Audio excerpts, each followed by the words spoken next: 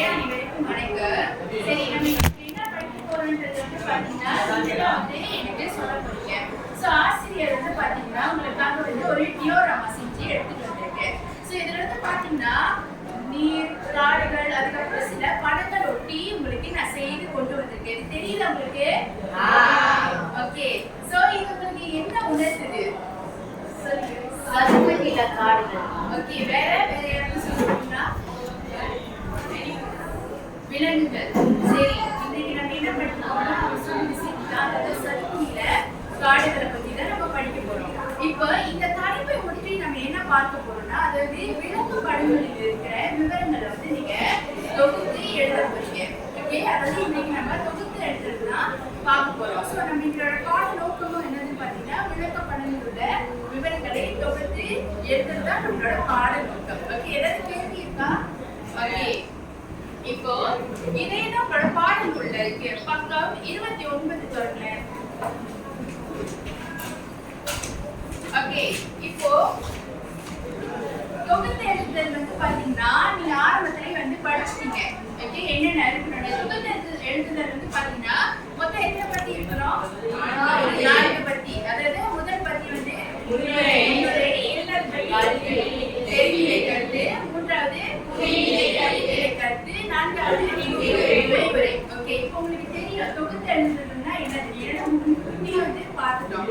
Okay, இப்போ விளக்க படங்களில் இருக்கிற இந்த விவரங்களை நீங்க எப்படி தொகுத்து எழுத போறீங்கன்னா, முதல்ல வந்து இங்க என்னென்ன கருத்துக்கள் எல்லாம் இருக்கு அப்படின்றது நீங்க பாப்பீங்க. ஸோ ஆசிரியர் மட்டும் வந்து உங்களுக்கு விளக்குறேன். ஓகே, இப்போ இது வந்து பாத்தீங்கன்னா காடுகள், அதுக்கப்புறம் அதை சுற்றி இருக்கிற நீர் சார்ந்துதான் வந்து நீங்க எழுத போறீங்க. அப்ப இது என்ன குறிக்குதுன்னா காடுகளின் நன்மை. ஓகே, இப்போ அங்க வந்து பாத்தீங்கன்னா அங்க கருத்து இருக்கு. மனிதர்களுக்கு பொருளியல் திட்டம். அதாவது காடுகள் வந்து அவங்க அழித்து அதுல இருக்கிற மரங்கள் வந்து பாத்தீங்கன்னா மர சாமான்கள், அதாவது இந்த நாற்காலி, மேசை எல்லாம் செய்யறாங்க. ஸோ இதை வந்து செய்து அவங்களோட பொருளீட்டத்தை வந்து ஈர்க்கிறாங்க. இரண்டாவது வந்து பாத்தீங்கன்னா மனிதர்களுக்கும் விலங்குகளுக்கும் உணவு. ஓகே, அதாவது அந்த நிலங்கள் எல்லாம் அழித்தா வந்து என்ன செய்யறாங்க? விவசாயம் செய்து பயிர்கள் எல்லாம் நட்டு நமக்கு மனிதர்களுக்கு உணவுகளை வந்து உருவாக்குறாங்க. மனிதர்கள் மட்டும் விலங்குகளுக்கும் சேர்த்து. அதுக்கப்புறம் வந்து பாருங்க மண் அரிப்பையும் திடீர் வெள்ளத்தையும் தடுக்கலாம். ஓகே, மண் அரிப்பு அப்படின்னா வந்து மண் சரியுது. ஏன் இது வந்து தடுக்கிறான்னா மரங்களோட லேயர் வந்து பாத்தீங்கன்னா மண்ணை வந்து பிடிக்குது. அதாவது ஒரு பிடிமானம் இருக்கிறதுனால மண் அரிப்பு ஏற்படுறதை தவிர்க்கலாம். அதுக்கப்புறம் வந்து பாத்தீங்கன்னா அந்த வேர்கள்லாம் வந்து கூடுதல் நீரை வந்து ஈர்த்து கொள்ளும். அதனால வெள்ளம் நடப்பதையும் வந்து தவிர்க்கலாம்.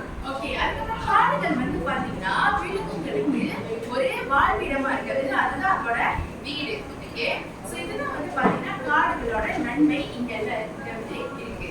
ஓகே, இப்போ புதுநிலை கருத்து நீங்க என்ன எழுதுறீங்கன்னா, இப்போ வந்து பாத்தீங்கன்னா மரங்களை அழித்து வந்து மர சாமான்கள் எல்லாம் செய்யறாங்க. ஸோ அதனால நமக்கு ஏற்படும் தீமைகளை, அதாவது விலங்குகளை வந்து நீங்க புதுநிலை கருத்தா எழுதுவீங்க. முடிவுரையில வந்து பாத்தீங்கன்னா பரிந்துரை எழுதுவீங்க. எழுதிச்சு ஏதாவது கேள்வி இருக்கு அப்படிங்க என்ன செய்ய? ஓகே, இப்போ அதுல வந்து புதுநிலை கருத்து, அதுக்கப்புறம் தெரிநிலை கருத்து எழுத போறீங்க. தெரிநிலை கருத்து 2, புதுநிலை கருத்து 2 இல்லைன்னா 1 வந்து எழுதினா போதும். அதுக்கப்புறம் யாராவது ஒரு ஆள் வந்து நான் 2 மட்டும் சொல்றேன். விண்ணப்பிட்டு முன்னுரை, முடிவுரை எழுதுறதுக்கு. ஓகே, நம்ம ஆரம்பிக்கலாமா?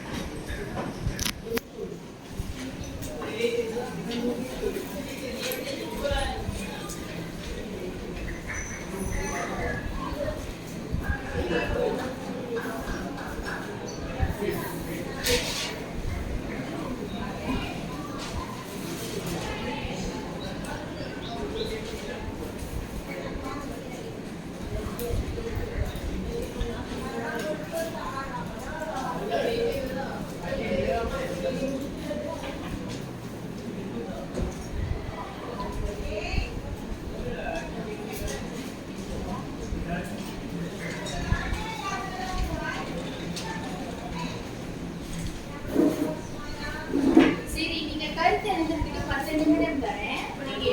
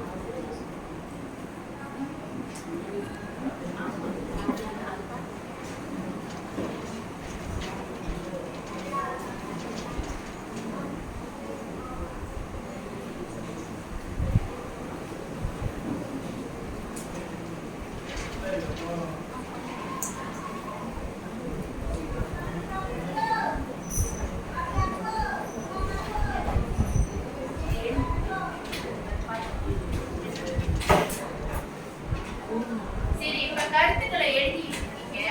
எனக்கு ஒரு ஆள் வந்து முன்னுரை முடிவுரை இன்னைக்கு எழுதணும். கருத்துல யார் கருத்துக்கு வாங்க.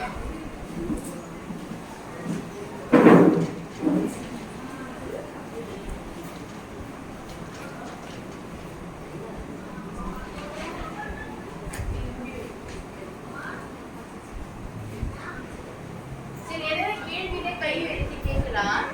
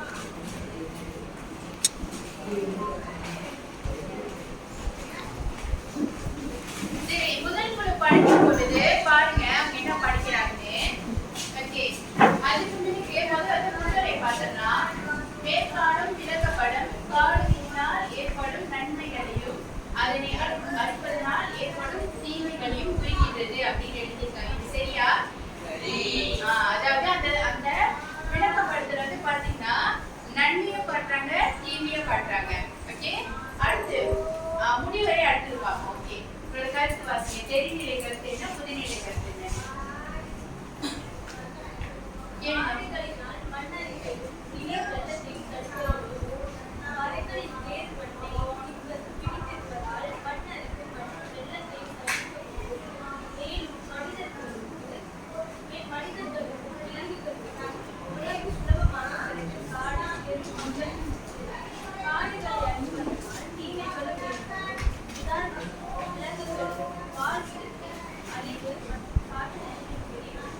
சரி, அவங்க எழுதி இருக்கிறது வந்து பாத்தீங்கன்னா இரண்டு தெரிநிலை கருத்து எழுதியிருக்காங்க. அதாவது காடுகளின் நன்மை வந்து மண் அரிப்பையும் வெள்ளத்தையும் தடுக்கும். அதுக்கப்புறம் என்ன எழுதியிருக்காங்க, மனிதர்களுக்கும் விலங்குகளுக்கும் சுலபமாக உணவு கிடைக்கும் அப்படின்னு சொல்லி விளக்கி எழுதியிருக்காங்க. அதுக்கப்புறம் தெரிநிலை கருத்து வந்து காடுகள் அழிப்பதனால் ஏற்படும் தீமைகளை எழுதியிருக்காங்க. சரி எழுதியிருக்கீங்க. ஓகே, நன்றி. அடுத்த குழு அடுத்து குழுவாங்க.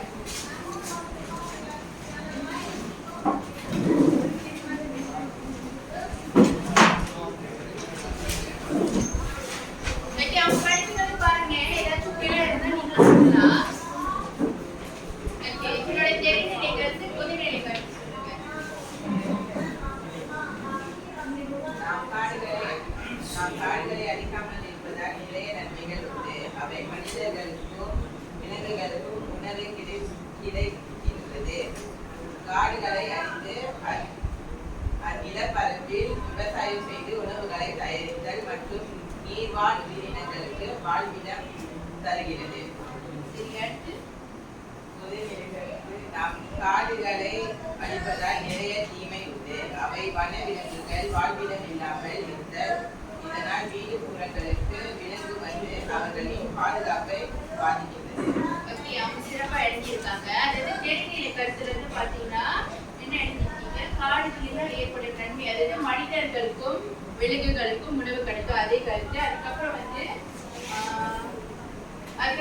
நீர்வாழ் உயிரினங்கள். நீர்வாழ் உயிரினங்கள்னு என்னது, தண்ணில தண்ணி கடல்ல வாழ்கின்ற உயிரினங்களுக்கு வந்து பாத்தீங்கன்னா வாழ்விடம் வந்து அதிகரிக்கும் கிடைக்கும் அப்படின்னு எழுதியிருக்காங்க. அடுத்த தெரிநிலை கருத்து வந்து பாத்தீங்கன்னா இங்க அவங்க இன்னும் வந்து புதுமையா எழுதியிருக்காங்க. அதாவது இப்ப காடுகளில் அழிப்பதனால் அவங்களுக்கு என்ன தீமை, அதாவது விலங்குகளுக்கு என்ன தீமை, விலங்குகள்லாம் காடுல இருந்து வீட்டுப்புறங்களுக்கு வருது. அதாவது இப்ப பாத்தீங்கன்னா பாம்புல வீட்டு சைடு வருது, யானை வருது. ஸோ இதனால் மனிதர்களுக்கு பாதுகாப்பு குறையும். ஓகே, சிறப்பா எழுதியிருக்காங்க. அடுத்து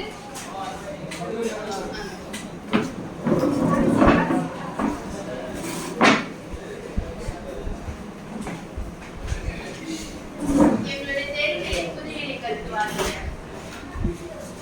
தெரிநிலை கருத்து மரங்களை அழித்து மரசமரங்கள் செய்து விற்பனை செய்யலாம்.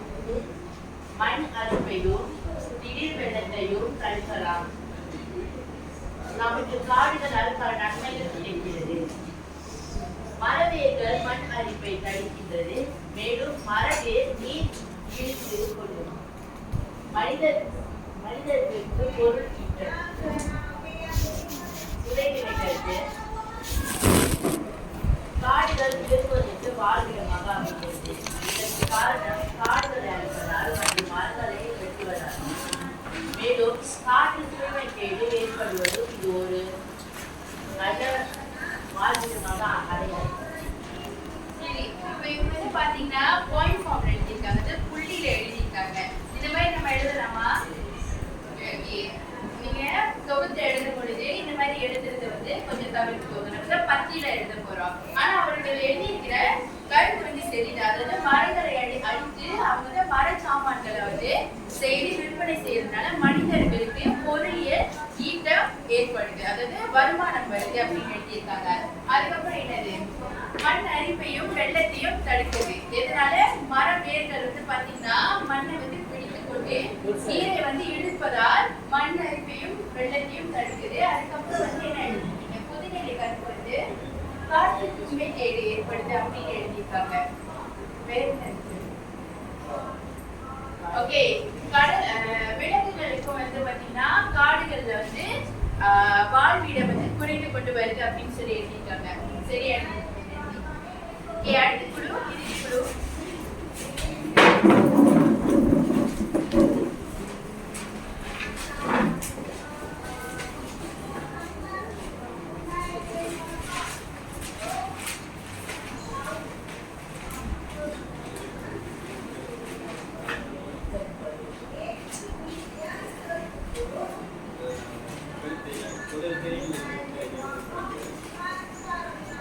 மனிதர்கள் மரங்களை வெட்டி அதிலிருந்து மரச்சாமான்கள் உருவாக்குகின்றனர்.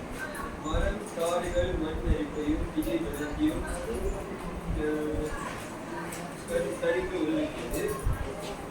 வேர்கள் மண்ணை மண் அரிப்பையும் வெள்ளத்தையும் தடுக்க உதவுகிறது.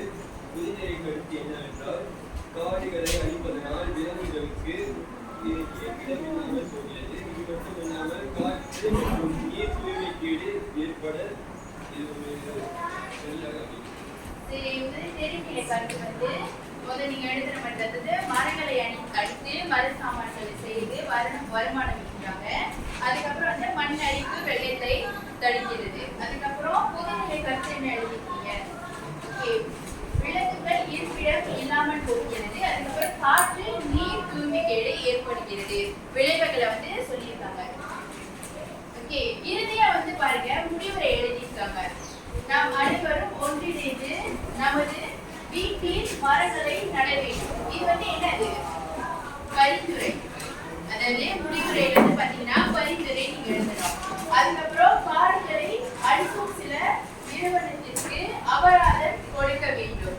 ஓகே, இப்போ வந்து பாத்தீங்கன்னா சில நிறுவனங்கள் வந்து பாத்தீங்கன்னா காடுகளை வந்து அனுமதியின்றி அழிக்கிறாங்க.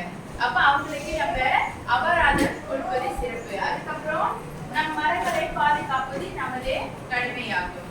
ஓகே, முடிவுரை சரி அவங்க எழுதியிருக்கிறது. ஓகே, சோ வேற எதுவும் கேள்வி இருக்கா? தொகுத்து எழுதுங்க. ஓகே, நம்ம அடுத்த பாடம் போலாம்.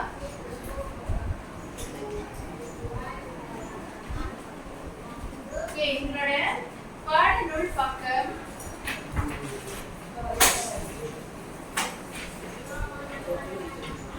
32.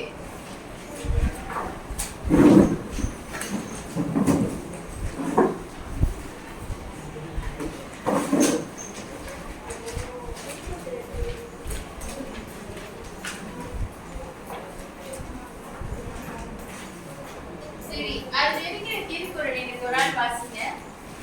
அதுல இருக்கிற திருக்குறள் வாசிங்க. வேகமா வாசிங்க. இருக்கல் உடையொளி முற்றுக்கல் ஆற்றே ஒழுக்க உடையாவாய் சொல். பொருள் வலுக்கும் சென்று நிலத்தில் நடப்பார்க்கு ஒற்றுக்கோள் உதவுவது போல வாழ்க்கையில் வழி தவற நேரும் போது ஒழுக்கமுடையவரின் அறிவுரையானது துணை நிற்கும். இந்த பொருள் என்ன விளங்குது? புரியுதா அவங்க என்ன சொல்றாங்க? அதாவது வாழ்க்கையில நம்ம நெறி தவறி போகும் பொழுது, அதாவது தவறான பாதைகளுக்கு போகும் பொழுது நம்ம அறிவுரை, சிலரோட அறிவுரை வந்து அவங்களோட அறிவுரை வந்து நம்ம மனதில் வைத்து அதன்படி வந்து தப்பான வழிக்கு போகாம நம்மள பாதுகாத்து கொள்ளணும். ஸோ அறிவுரைன்றது வந்து பாத்தீங்கன்னா நிறைய பேர் நிறைய விதமா நமக்கு சொல்லுவாங்க. ஸோ எந்த அறிவுரை வந்து நமக்கு சிறந்தது அப்படின்றத நீங்க தான் ஏற்றுக்கொள்ளணும். ஓகே, இப்போ உதாரணத்துக்கு நீங்க வந்து மனம் சோர்ந்து போகும் பொழுது உங்களோட அம்மா அப்பா கண்டிப்பா சொல்லியிருப்பாங்க, மனம் சோர்வு அடையாத, நல்லா படிக்கணும், அதுதான் வந்து உங்களோட வாழ்க்கைக்கு ஒரு அடித்தளமா இருக்கும், அதுதான் உங்க வாழ்க்கைக்கு முக்கியமான ஒன்று அப்படின்னு சொன்னா அந்த அறிவுரையை வந்து நீங்க ஞாபகம் வச்சுக்கிட்டீங்கன்னா நீங்க படிக்கும் பொழுது மன சோர்வு வந்து எளிதில் அடைய மாட்டீங்க.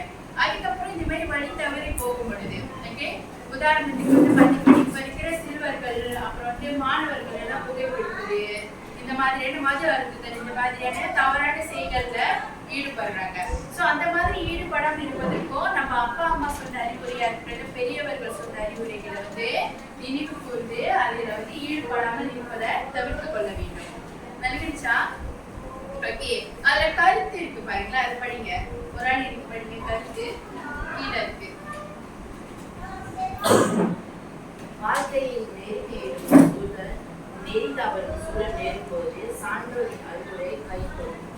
ஓகே, சோ இங்க என்ன சொல்றாங்க? சான்றோர்களின் அறிவுரை கை கொடுக்கும். அதாவது நம்ம வாழ்க்கையில வந்து நெறி தவறும் சூழல் ஏற்படும் பொழுது அவர்கள் கூறிய அந்த அறிவுரை வந்து கை கொடுக்கும். இப்ப நம்ம வந்து ஒரு தவறான வழிக்கு போகும்போது ஒரு உதவி அப்படின்றது வந்து அவங்க வந்து செய்யணும் அப்படின்னு இல்லை, அவங்க கூறிய அந்த அறிவுரை கூட நம்மள வந்து காத்து நிற்கும். ஓகேவா?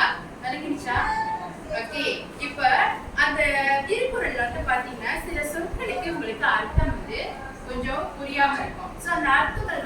சொல்றேன். ஓகே, முதல்ல வந்து பாருங்க இழுக்கல் அப்படின்னு இருக்கு.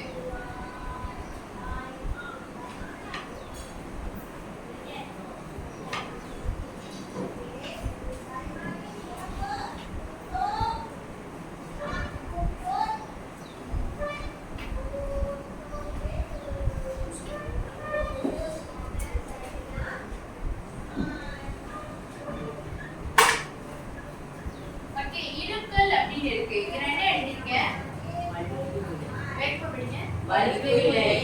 அதுக்கப்புறம் தவறுதல். ஓகே, அப்ப இழுக்கல் அப்படின்னா நீங்க வந்து சுலபமா ஞாபகம் அது தவறுதல். நீங்க இழுக்கல்னா வந்து தவறு செய்யும் பொழுது அப்படின்ற மாதிரி ஞாபகம். இழுக்கல்னா தவறுதல். அதுக்கப்புறம் உடைந்து இருக்கு பாருங்க.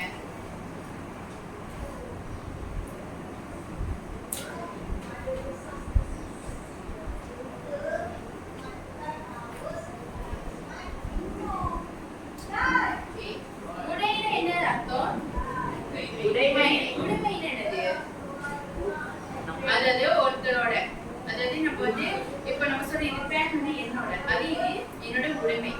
உடைமைனா வந்து பாத்தீங்கன்னா ஒரு பொருள் உங்களுடையதா இருக்கு இல்ல பிறருடைய இருக்கு, அது வந்து உடைமை அப்படின்னு சொல்லுவோம். சொத்து அப்படின்னு சொல்றோம்ல. ஓகே, அதுக்கப்புறம் உளி அப்படின்னு இருக்கு. உளி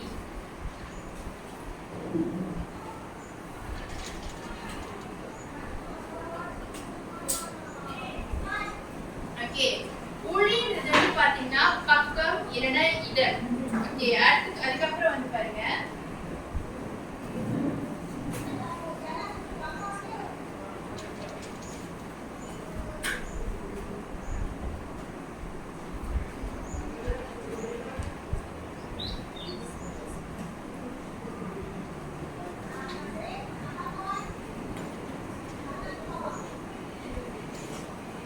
சரி, ஊற்றுக்கோல் அப்படின்னு இருக்கு. இங்க நான் என்ன எழுதிருக்கேன்? ஊற்றுக்கோல் அப்படின்னு. ஓகே, அதோட பொருள் புரியுதா? ஊற்றுக்கோல்னா என்னது?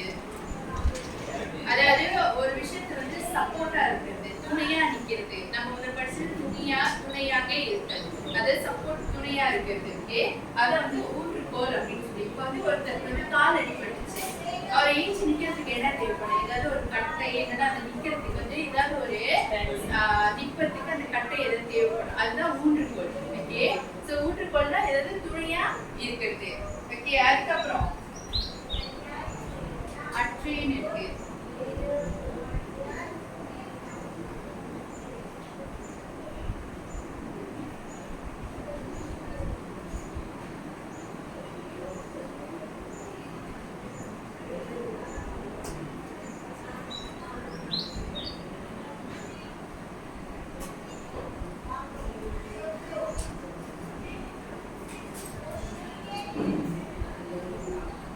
அற்றை அப்படின்னா இது போன்றது.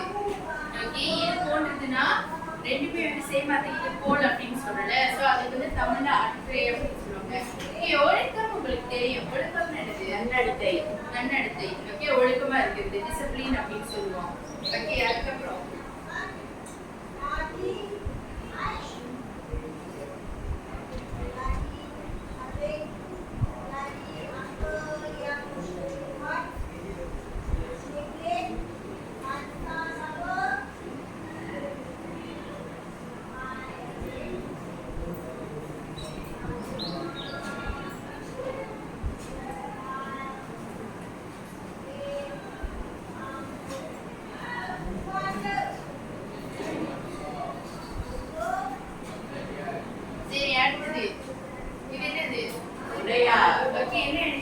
உடையவர்கள். அதாவது ஏதாவது இருப்பவர்கள் வந்து உடையவர்கள் அப்படின்னு சொல்லலாம். அதுக்கப்புறம் வாய் சொல்றது அறிவு.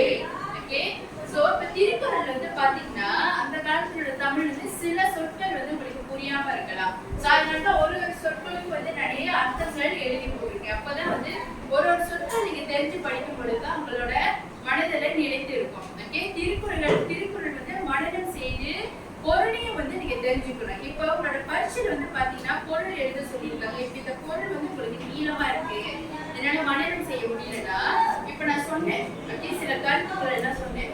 அப்ப அது பொருள் அதோட கருத்து, அதாவது அந்த பொருளுக்கு ஏற்புரிய நீங்க எழுதினாலுமே அதுக்கு உங்களுக்கு புள்ளிகள் வழங்கப்படும். ஆனா திருக்குறள் எழுதும் பொழுது அது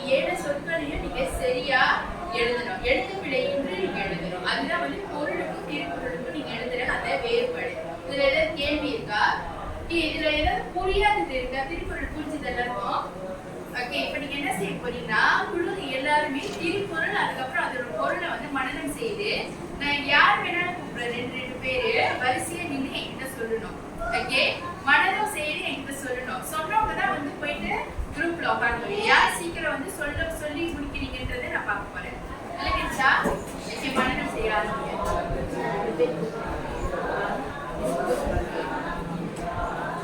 நான் ரெண்டு பேரும் கூப்பிடுவோம். ஒரு ஆள் திருக்குறள், ஒரு ஆள் வந்து பொருள் சொல்லணும்.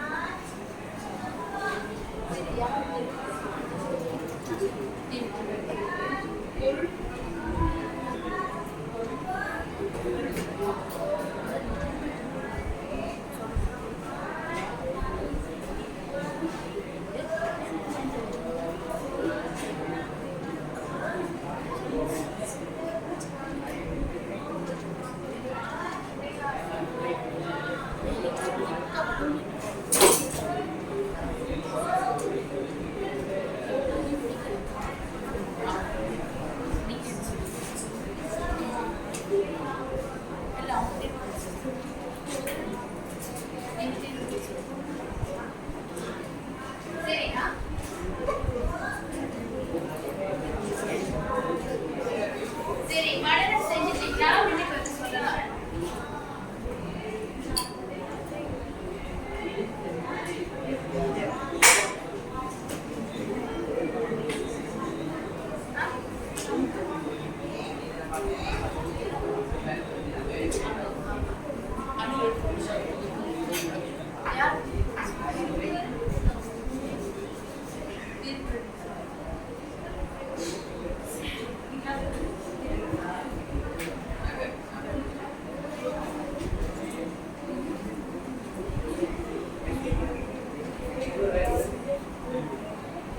சரி, வீட்டுக்கு வரீங்களா?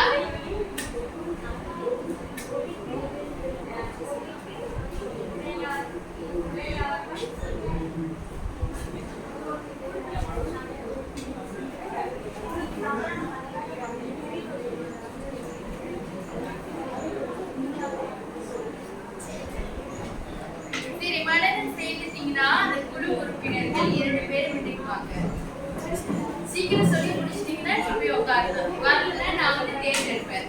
ஓகே, வாழ்த்துக்கள். குழு 2 மனனம் செய்துட்டாங்க.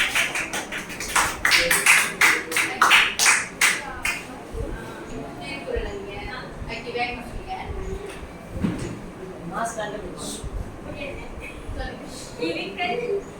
இவிக்கல் உடையார்வான் ஆட்சிக்கோள் ஊற்றிக்கோள் ஆட்சி ஒழிக்க உடையார்வான் சொல். ஓகே, ஆப்ஷன் சரியா? ஓகே, பொருள் வந்து நம்ம வாழ்க்கை நெறிய வந்து நம்ம வாழ்க்கை நெறிய நம்ம தவறிதா நம்ம சுத்தி உள்ள நம்ம சொந்தக்காரங்களை நம்மளுக்கு அறிவுரை. ஓகே, சொந்தக்காரங்கள சான்றோர்களின் அறிவுரை கை கொடுக்கும். அது மாத்திக்கோங்க. ஓகே, அடுத்த குழு வரீங்களா?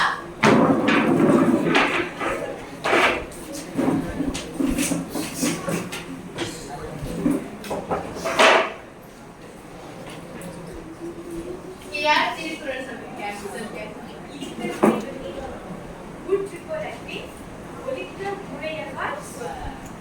வாழ்க்கையில் விதி தவறும் போது சான்றோரின் அறிவுரை கேட்கும். ஓகே சரியா சொன்னீங்களா ரெண்டு பேரும்? ஓகே சிறப்பு. அடுத்து பாருங்க.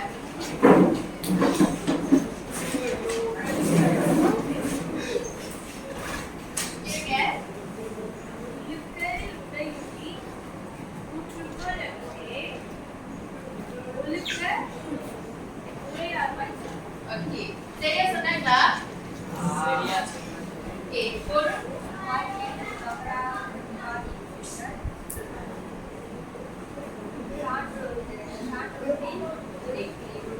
என்ன கிடைக்கும்? ஓகே சோ வாழ்க்கை நெறி தவறும் பொழுது சான்றோர்களின் அறிவுரை கை கொடுக்கும்.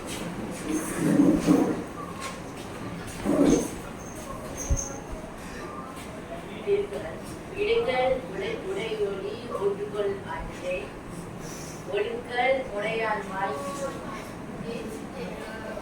வாழ்க்கையில் தெரிந்த ஒரு சூழ்நிலை ஏற்படும் போது சான்றோர்களின் அறிவுரை கேட்கும். ஓகே சரியா சொன்னாங்களா?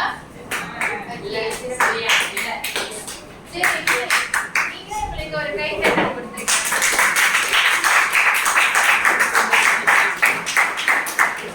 சரி அனைவரும் சிறப்பா வந்து திருக்குறளை மனனம் செய்து சொன்னீங்க. இங்க பொருள் வந்து பாத்தீங்கன்னா அதுல இருக்கிறது நீங்க அப்படியே சொல்ல, அதாவது உங்களோட புரிதலுக்கு ஏற்ற மாதிரி சொல்லியிருக்கீங்க. நான் ஏன் சரின்னு சொன்னேன்னா நீங்க சொன்ன அந்த கருத்து வந்து சரி, ஓகேவா? சோ அந்த கருத்தை மட்டும் மறந்துடாது. உங்களோட பரீட்சைக்கு கண்டிப்பா நீங்க மனனம் செய்தது உதவியா இருக்கும். ஓகே உங்களுக்கு பயிற்சி தாள் தரேன். இந்த பயிற்சி தாள்ல இருந்து பாத்தீங்கன்னா மின்னுக்கு விளக்கப்படம் இருக்கும். அந்த விளக்கப்படத்துல வந்து நீங்க வெட்டி உங்களோட பட்டறை புத்தகத்துல ஒட்டிட்டு தொகுத்து எழுதணும். பின்னாடி வந்து பாத்தீங்கன்னா திருக்குறள் இருக்கும். ஓகே நம்ம படிச்ச திருக்குறள்கள் இருக்கும். அது அந்த பயிற்சியை வந்து செய்யணும்.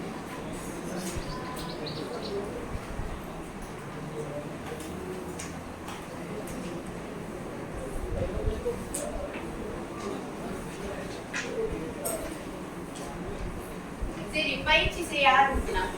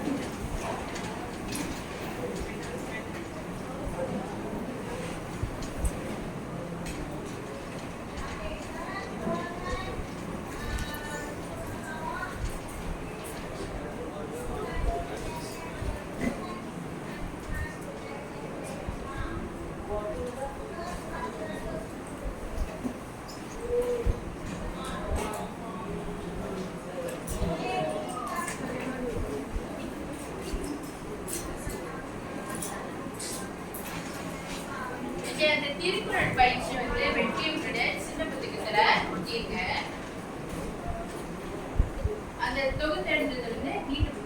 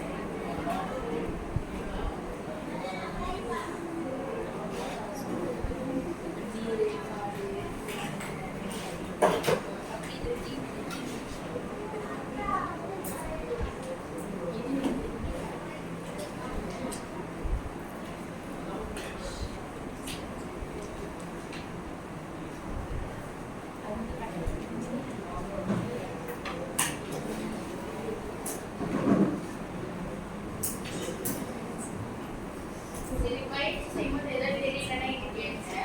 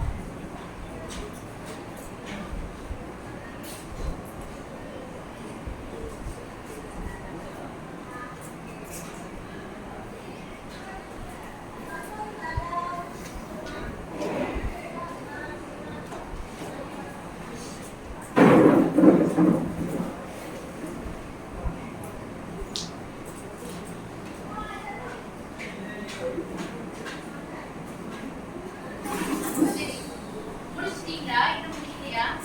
இன்னும் கொஞ்சம் இருக்கே.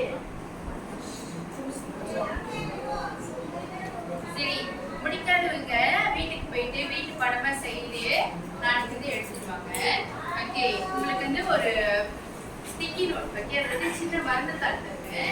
கிளாஸ் இப்படி இருந்துச்சு, உங்களோட கருத்துக்களை நீங்க எழுதலாம். ஓகே, நீங்க என்ன படிச்சு தெரிஞ்சுக்கிட்டீங்க படிச்சிருக்கீங்க அப்படின்றத கூட சொல்லலாம். எழுதி பின்னுக்கு விட்டுங்க. ஓகே,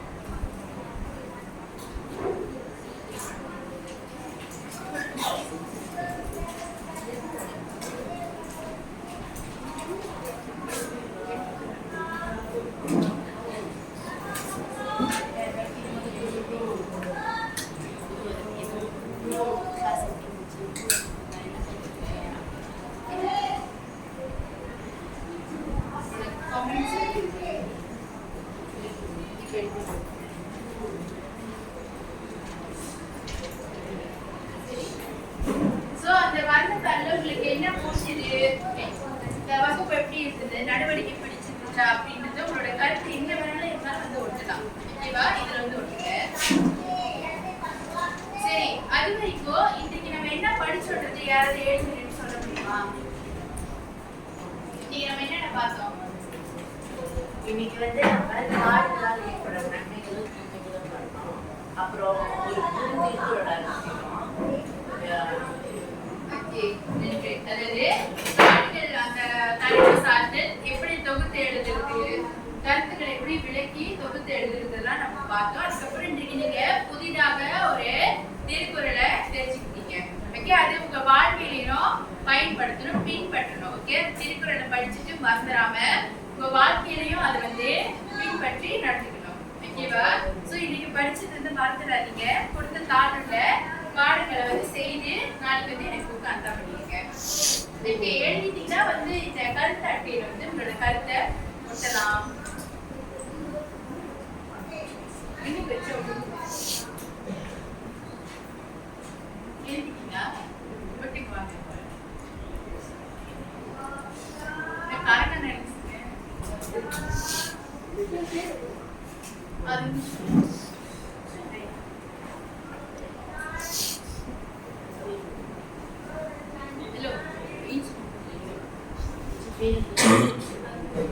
சரி, எழுதிட்டீங்கன்னா சீக்கிரம் ஒட்டுங்க.